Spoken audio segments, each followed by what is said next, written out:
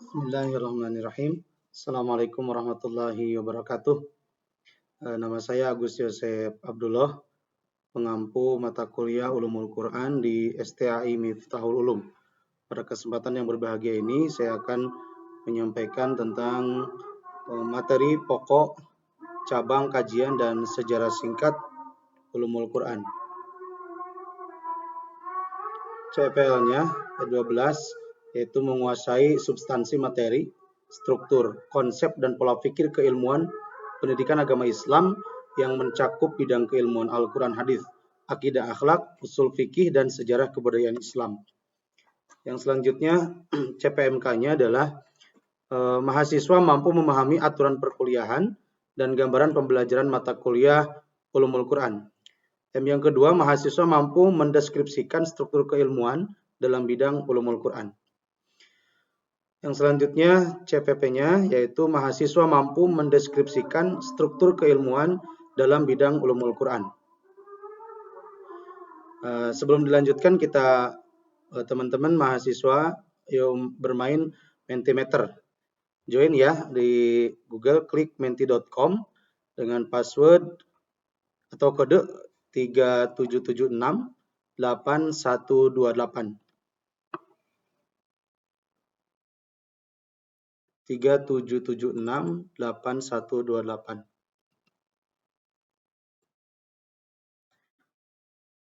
Nah, pertanyaannya, apa yang Anda ketahui terkait tentang Ulumul Quran?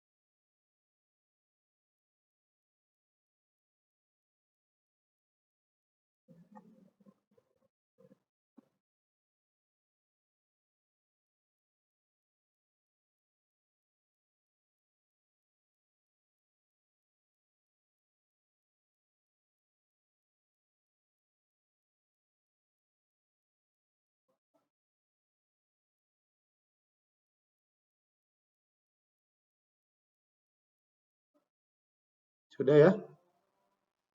Nah, sekarang sudah muncul 2 jawaban. Sekarang sudah muncul 3, jadi sudah 5 ya. Yang pertama adalah ilmu penjelasan tentang Al-Quran. Kedua, ilmu terkait Al-Quran. Yang ketiga, pokok-pokok ilmu Al-Quran. Yang keempat, ilmu tentang Al-Quran. Dan ilmu memahami Al-Quran.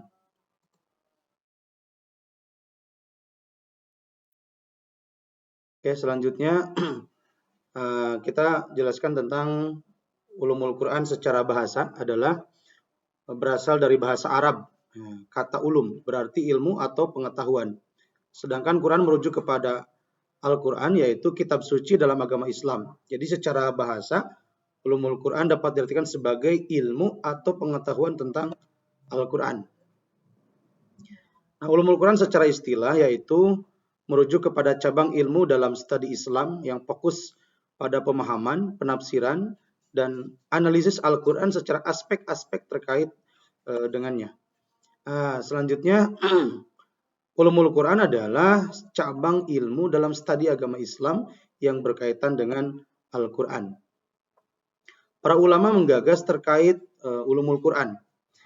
Ibnu Qutaibah berpendapat bahwa Ulumul Quran itu adalah beliau adalah salah satu tokoh awal dalam pengembangan Ulumul Quran. Dia menulis buku kitab Ta'wil Mukhtalif Al-Hadits yang membahas variasi dalam riwayat hadis dan bagaimana mereka berhubungan dengan Al-Quran. Yang kedua, Ibnu Al-Jazari adalah seorang ulama terkemuka dalam ilmu qiraat. Dia mengembangkan sistem tajwid, tata cara membaca Al-Quran dengan benar yang diakui dan dihormati hingga saat ini. Nah, Ibnu Katsir adalah seorang mufasir, penafsir Al-Quran terkenal yang menulis tafsir komprehensif tentang Al-Quran yang disebut tafsir Ibnu Katsir. Karyanya ini telah menjadi rujukan penting dalam studi tafsir. Al-Suyuti adalah seorang ulama yang sangat produktif dalam berbagai bidang, termasuk hadis dan tafsir. Dia menulis berbagai karya tentang Al-Quran dan tafsir, seperti tafsir Al-Jalalain yang dia tulis bersama Jalaluddin Al-Mahdi. Selanjutnya, cabang kajian ulumul Quran.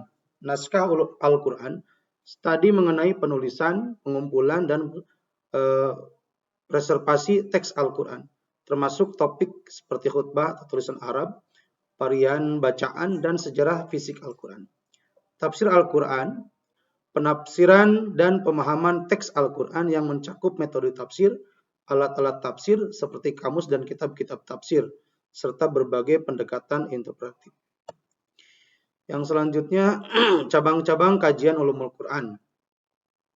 Ilmu al-hadits, kajian tentang riwayat yang berkaitan dengan Al-Quran, termasuk penilaian terhadap otentisitas hadis, peran hadis dalam memahami Al-Quran, dan ilmu sanad.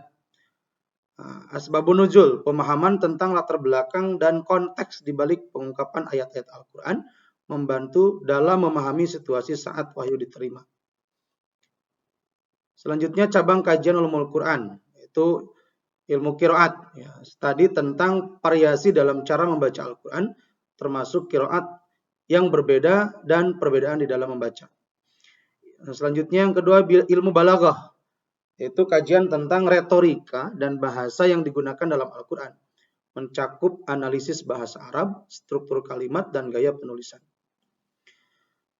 Selanjutnya, sejarah singkat tentang ulumul Quran. Di zaman awal Islam, studi tentang Al-Quran dimulai segera setelah wafatnya Nabi Muhammad SAW. Orang-orang mulai mencatat dan menghafal Al-Quran dan mengumpulkan teks-teks Al-Quran dimulai. Selanjutnya, sejarah singkat ulumul Quran. Abad pertengahan, pengembangan metode tafsir, ilmu hadis dan qiraat berkembang selama periode ini.